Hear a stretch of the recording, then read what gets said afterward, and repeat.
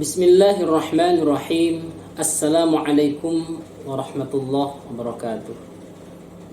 Alhamdulillahirabbil alamin wassalatu wassalamu ala asyrafil anbiya'il mursalin wa ala alihi wa ashabihi ajma'in, amma ba'du.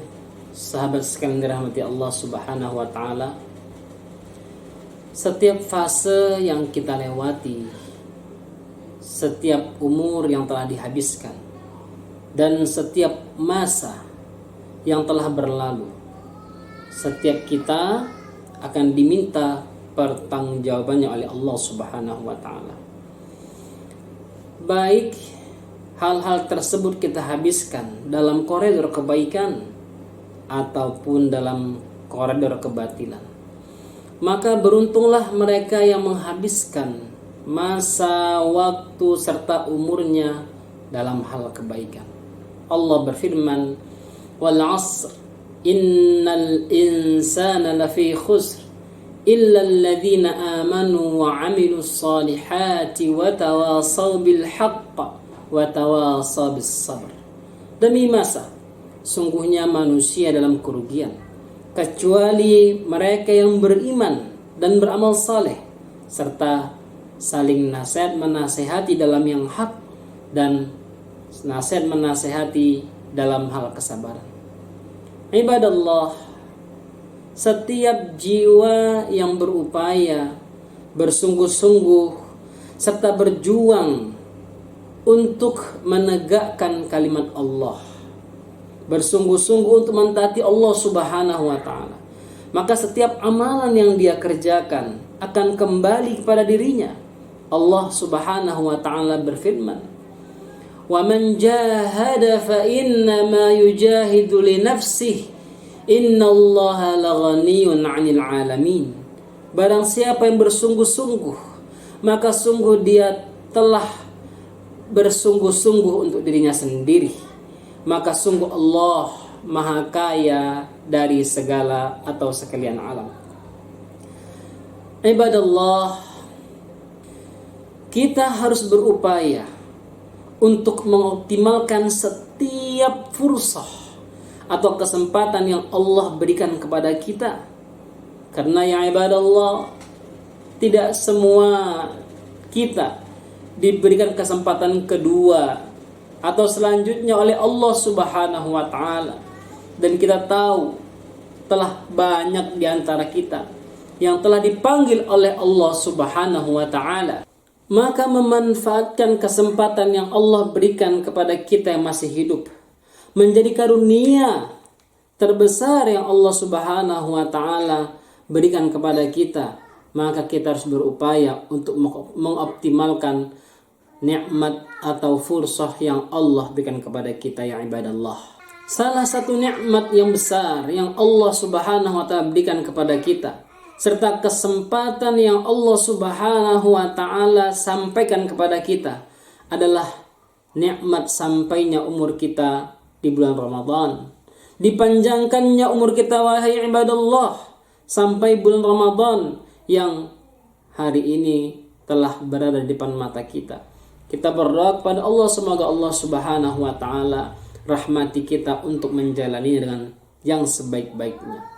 Ramadan dikatakan nikmat yang besar serta menjadi satu hal yang istimewa sebagaimana sabda baginda sallallahu alaihi wasallam, qad ja'akum syahrul ramadan syahrun mubarak iftaradallahu alaikum siyamahu yuftahu fihi abwabul jannah wa tughallu fihi syayatin fihi lailatun khairum min alfi syahr man hurima khairaha faqad hurim. Telah datang kepada kalian bulan yang penuh berkah, diwajibkan kepada kalian ibadah puasa, dibukakan pintu-pintu surga dan ditutuplah pintu-pintu neraka, serta syaitan-syaitan dibelenggu. Di dalamnya terdapat malam yang lebih baik daripada 1000 bulan. Barang siapa yang tidak mendapatkan kebaikannya, berarti ia telah benar-benar terhalang atau terjauh dari kebaikan tersebut. Hadis riwayat Ahmad. Ibadallah, hadis yang disampaikan oleh baginda sallallahu alaihi wasallam menerangkan kepada kita begitu besar nikmat yang terkandung yang Allah tanamkan di bulan Ramadan. Sebagaimana Rasulullah sallallahu alaihi wasallam sabdakan bahwasanya ini adalah syahrul mubarak. Mubarak atau kata berkah yang kita tahu bahwa makna mubarak atau berkah adalah ziyaratul khair. Artinya Allah Subhanahu wa taala telah meletakkan di dalam bulan Ramadan ini ya ibadallah khazanah keberkahan, kebaikan yang siap diangkut oleh hamba-hamba Allah Subhanahu wa taala yang beriman. Ibadallah, bahkan untuk mendapatkan keberkahan ini, agar kaum orang-orang beriman sukses dengan keberkahan ini, Allah Subhanahu wa taala jadikan stimulus dalam bulan Ramadan yang dengannya kaum muslimin, orang-orang beriman akan siap untuk meraih keberkahan-keberkahan tersebut. Oleh karena itu baginda sallallahu alaihi wasallam bersabda, iftaradallahu alaikum siyamahu, diwajibkan ke atas kalian berpuasa di dalamnya. Maknanya apa? Allah jadikan puasa, yang kita tahu puasa ini artinya menahan, ya, menahan dari makan, minum serta berbau hawa nafsu yang sebenarnya orang-orang beriman berpuasa agar dia mampu menahan segala hal yang membatalkan puasa serta yang mengurangi pahala puasa. Untuk mensukseskan puasa ini serta memaksimalkan agar orang-orang beriman mampu meraih keberkahan Ramadan ini, bahkan stimulusnya Allah Subhanahu wa taala juga tanamkan di dalam bulan ini sebagaimana sabda Rasulullah sallallahu alaihi wasallam, yuftahu fihi abwabul jannah, dibukakan di dalamnya pintu-pintu surga. Maknanya apa wahai ibadallah? Allah Subhanahu wa taala jadikan fasilitas terbaik agar orang-orang mampu memasuki surga di bulan-bulan tersebut. Agar orang-orang mampu beramal saleh dengan sebaik-baiknya. Wa tughlaqu fihi abwabun nar, dan tutup pintu-pintu neraka agar tidak ada orang yang memasukinya ya ibadallah. Bahkan Allah Subhanahu wa taala mudahkan kita dengan sabda baginda sallallahu alaihi wasallam, tughallu fihi syayatin, dikerangkeng di dalamnya setan-setan agar orang-orang yang beriman yang akan memaksimalkan, mengoptimalkan puasanya, amal-amal solehnya di bulan Ramadan, melaksanakannya tanpa ada keraguan yang dibisikkan oleh setan ke dalam hati-hati orang yang beriman. Ya ibadallah, hadis ini ditutup dengan sabda baginda sallallahu alaihi wasallam, faman hurima khairaha faqad hurim. Barang siapa yang diharamkan, terhalang dari kebaikan dalamnya, sungguh dia terhalang dari banyak kebaikan. Maksudnya apa? Bahwa menjadi ancaman kepada kita agar jangan sampai bulan yang penuh barokah, stimulus-stimulus yang Allah Subhanahu wa taala tanamkan tidak mampu kita laksanakan, sehingga tidak satupun kebaikan yang kita dapatkan wahai ibadallah. Pertanyaannya, diri kita termasuk yang diharamkan oleh Allah Subhanahu wa taala atau termasuk orang yang mendapat keberkahan di dalam bulan ini wahai ibadallah?